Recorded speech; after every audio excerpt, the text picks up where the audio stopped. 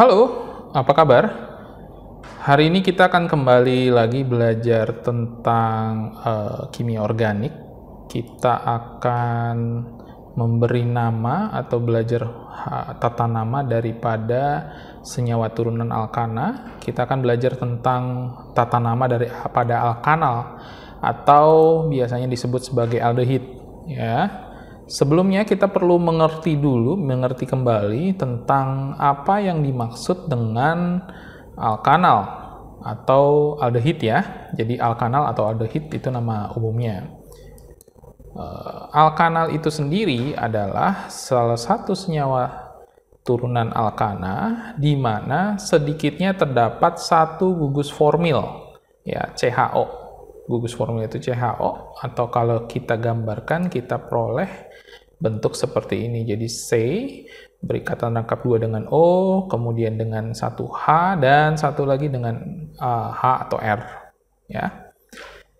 Selanjutnya nama yang lazim untuk golongan ini adalah aldehid dan diturunkan dari nama lazim asam alkanoat atau asam karboksilat yang sesuai dengan mengganti akhiran -at dengan aldehid serta menghilangkan kata asam. Jadi ini berhubungan dengan materi tentang asam karboksilat atau asam alkanoat ya untuk penamaan nama lazimnya. Oke, sebagai contoh misalnya kita punya senyawa HCHO. Ini untuk nama resminya adalah metanal ya. Sedangkan nama lazimnya adalah formaldehid. Ya, kita lihat sumbernya untuk bentuk asam alkanoatnya adalah HCOOH. Nah, HCOOH ini memiliki nama lazim asam format atau asam semut ya. Nah, ini kita hilangkan at-nya, kita hilangkan juga asamnya, dan kita ganti at-nya tadi dengan aldehid, kita dapat formaldehid. Contoh lainnya adalah senyawa CH3CHO. Atau nama resminya adalah etanal, kemudian nama lazimnya adalah asetaldehid, dan kalau kita lihat lagi, nah ini sumber nama lazimnya ya, asam keasetat ya, yang sudah sering kita ketemui. Oke, kita akan fokus pada penamaan secara IUPAC ya, dan aturan tata namanya seperti biasa. Yang pertama adalah kita menentukan dulu rantai induk. Jadi rantai induk dalam kasus alkanal adalah rantai terpanjang yang mengandung gugus formil. Nah, ini kita harus ingat, harus ada gugus formilnya ya, yang CHO tadi.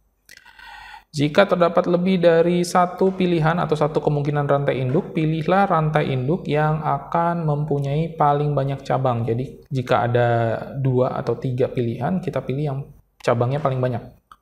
Ya. Selanjutnya, beri penomoran dimulai dari atom karbon yang berada pada gugus formil. Jadi berbeda dengan penamaan-penamaan sebelumnya, penamaan-penamaan lainnya, nomor 1 ini sudah pasti terdapat pada atom karbon yang berada pada gugus formil. Ya, tadi kan kita lihat gugus formil itu CHO. Nah, itu C di situ udah pasti nomor 1. Ya. Kemudian penamaan alkanal atau aldehid mengikuti pola berikut. Posisi daripada cabang, kemudian nama rantai induknya, dan ditambah dengan akhiran al. Ya.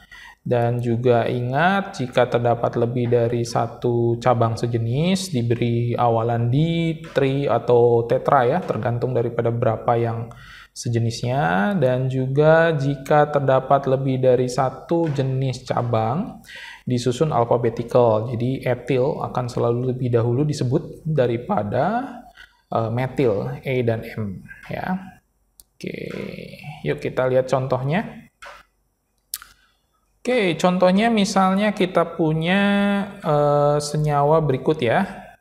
Oke, contoh yang pertama kita lihat di sini. Kita punya senyawa sebagai berikut. Nah, ini ada senyawanya, kita lihat di sini. Oke, berapa rantai karbon pada rantai induknya? Ya, betul sekali, kita punya 4 ya.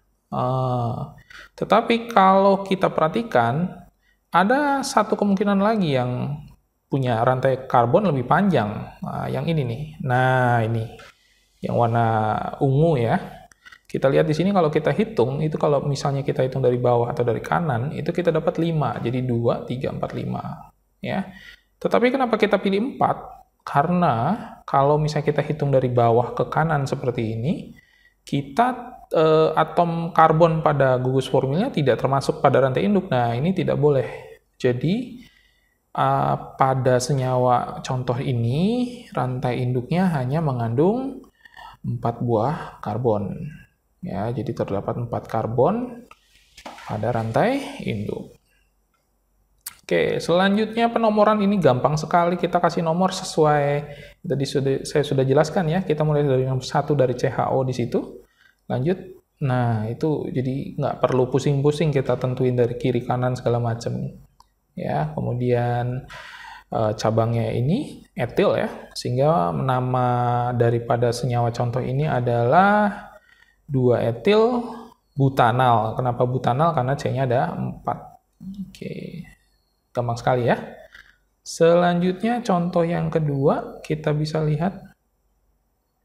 Oke. Ya. Nah, ini ada berapa rantai induknya? C-nya ada berapa? Iya, ada 5 ya. Nah, ini ada 5 buah atom karbon pada rantai induknya. Kemudian kita kasih nomor mulai dari sebelah kiri ya. Iya, dari kiri. Pokoknya posisi CHO itu udah pasti nomor 1. Ya, dari kiri. Udah pasti nomor 1 tuh. Kemudian kita lihat lagi ada metil di nomor 2, kemudian ada etil di nomor 3, sehingga nama resminya menjadi 3-etil, 2-metil, pentanal. Ingat bahwa etil harus disebut terlebih dahulu daripada metil. Oke, demikianlah video penjelasan tata nama untuk alkanal. Saya harap bisa membantu. Jika tidak keberatan, boleh like dan subscribe channel ini. Terima kasih.